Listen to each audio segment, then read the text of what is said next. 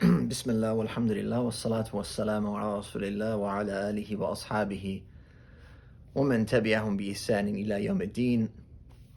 After talking about the seven, I guess we could say seven kind of fundamental, these are in general, right? These seven rights that you should be considerate of and aware of when it comes to friendship, companionship. These are the seven rights, the general rights of your brother or sister in faith that you have chosen to take as a companion.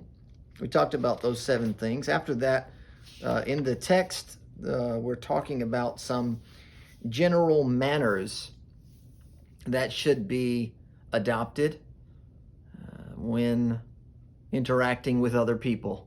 Okay? And basically, the Imam here, Najmuddin Ibn Qudama, is going to mention a handful of things. There's close to over a dozen different little tidbits that we could, perhaps polish the etiquette and be aware of when we're mixing with people. So basically, the first of those things he says, and this is kind of like interaction. This has a lot to do with human interaction, dealing with other people. The first, and I guess this would be kind of like a broad-based principle, that is to be dignified without being arrogant, and to be humble without being humiliated. So I think that's kind of that could serve as a founding principle, if you will, to be dignified without being arrogant, and to be humble without being humiliated, and to meet your friend and your enemy with a pleasant face, without being humiliated and without being afraid. So basically, like, you have a pretty steady demeanor about yourself. You have a pretty steady demeanor and a pretty solid character. You're not humiliated. You're not arrogant. You're not afraid. But you're you're on an even keel, as one might say. Some of the nuances of gatherings he mentions here, to when you're in gatherings and you're seated with other people, that you should not tashbik al-asabi', which means to clasp your fingers. This was a gesture done by the Prophet ﷺ, by the way, as mentioned in several ahadith, and he did that as an illustration. For example, he says, al-muslimu lil-muslimi kal-bunyan. One Muslim to the other is like a building. Yashuddu ba'dahum ba'da. Yashuddu ba'dahum ba'da, meaning one supporting the other. And the narration says, وَشَبَّكَ بَيْنَ أَصَابِعِ. He basically clasped his fingers together. However, this is something that's impermissible to do, or we should say this is something that should be avoided during prayer. Should be avoided during prayer. And some of the scholars have gone to the extent of including that in moments leading up to prayer and the moments after prayer, like when you're going to the masjid and when you're leaving, because all of that is considered a part of the prayer. So this is something that should be avoided. And also, this thing here is perhaps, as in the context of our author's work, especially during the time of Imam al-Ghazali in Ihya, it may have been that this was considered a slight towards someone sitting with you. And we may have similar things in our culture today. This might not be considered a slight when sitting with somebody if you have your hands crossed, for example. But maybe sitting with your arms folded, or sitting with your leg crossed, with your one crossed over the other in a gathering, depending on the nature of the gathering.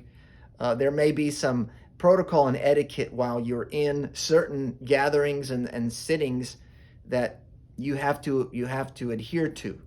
Otherwise, it may be seen as a slight, or it may be seen as disrespectful, or it could be off-putting, or etc. So here, we could take this as this example of tashbik al-asabi', closing or clasping the fingers, as kind of a general idea that these nuances of culture should be considered when you are dealing with other people.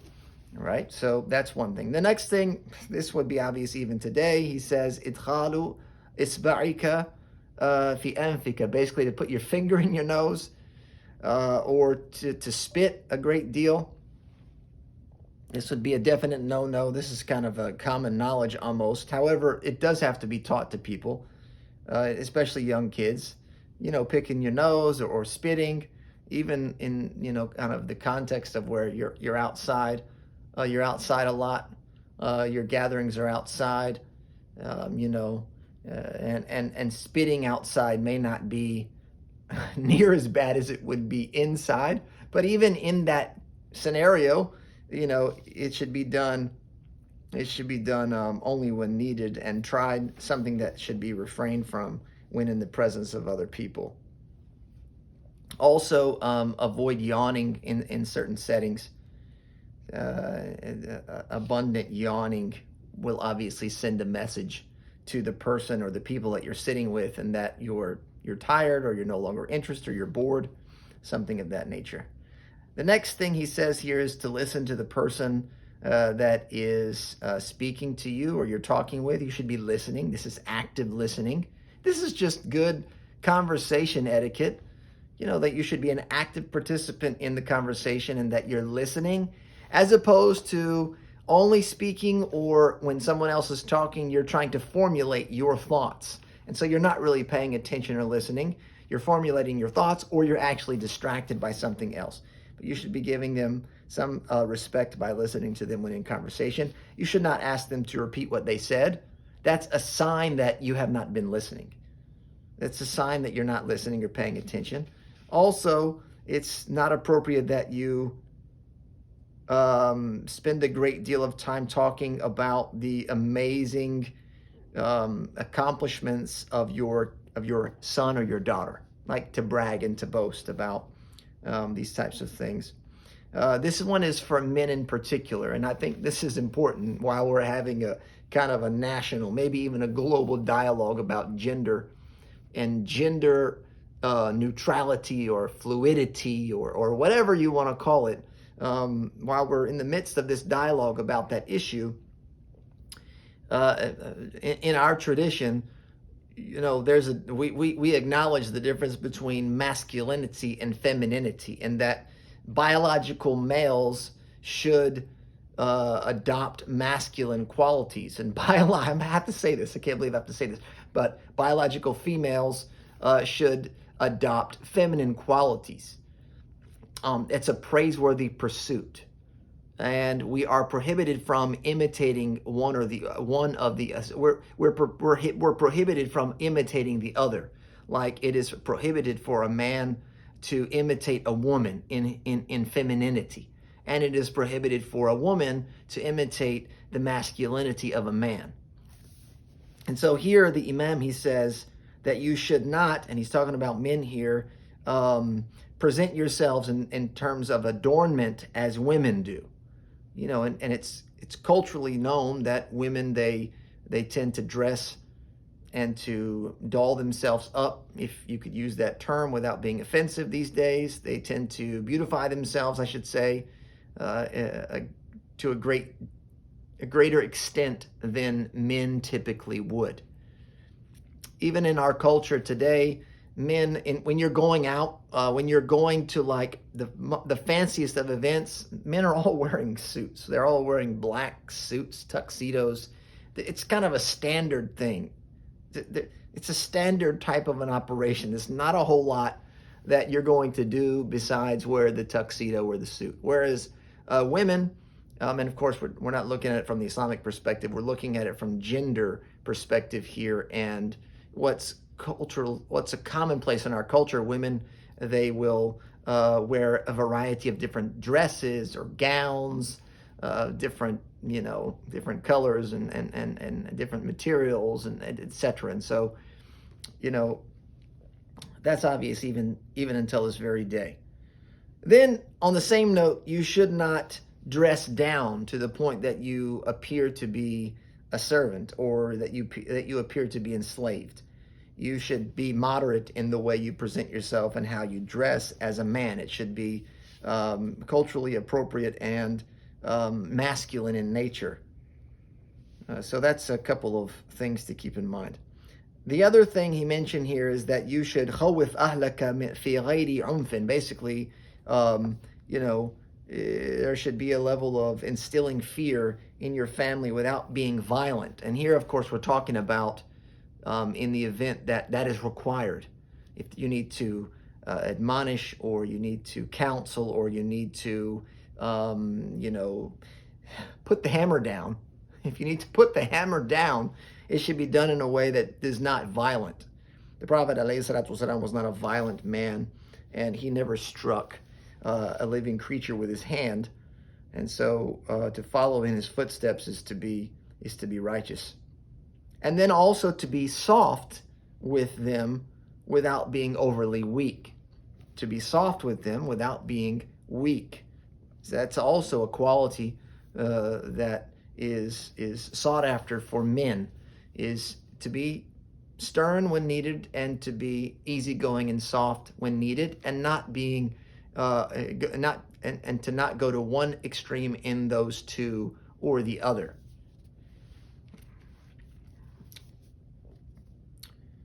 A couple of other manners he mentions here is about politicians, or in particular the sultan, which is like the leader. He says, do not attend their gatherings, basically. But if you do attend their gatherings, then you need to be aware of sins and backbiting. And you should preserve whatever it is that you hear. Basically, like if there are secrets that are divulged, you need to keep them secrets. You should be weary of those that are in his presence.